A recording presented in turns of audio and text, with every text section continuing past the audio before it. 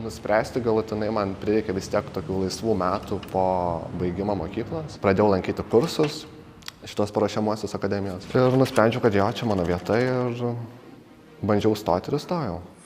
Tai mūsų kursas yra ganėtinai didelis, 25 žmonės, tai mes esam skelti į 2 grupės. Semestro pradžioje yra pakalbama bendrai su visais, o paskui jau kiekvieną savaitę per paskaitas jis prieina prie žmogaus ir individualiai su tavim kalba, konsultuoja.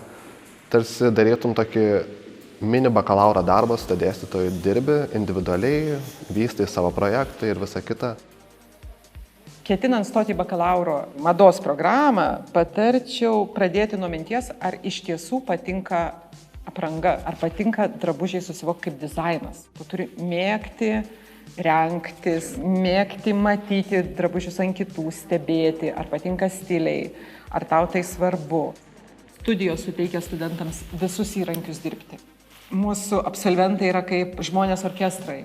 Jie gali vieni labai daug padaryti, jie gali mąstyti, kurti konceptus, projektuoti drabužius, projektuoti kolekcijas, jas patys įgyvendinti, fotografuoti, gali dirbti programomis skirtingomis, netgi konstruktorių programomis mes apmokome visą tai.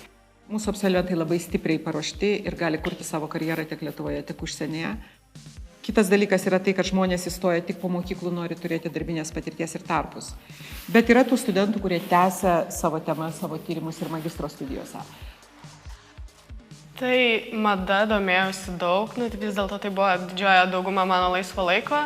Stojimams tai pakankamai paprastai rašiausi, tiesiog rašiau esamiems studentams, ką patartų pasiruošti, pasimokyti ir lankiau paruošiamuosius kursus būtent VADA. Tad visi šie dalykai labai padėjo ir galiausiai ten tas procesas nebuvo kažkoks labai sudėtingas ar kažkoks labai svetimas.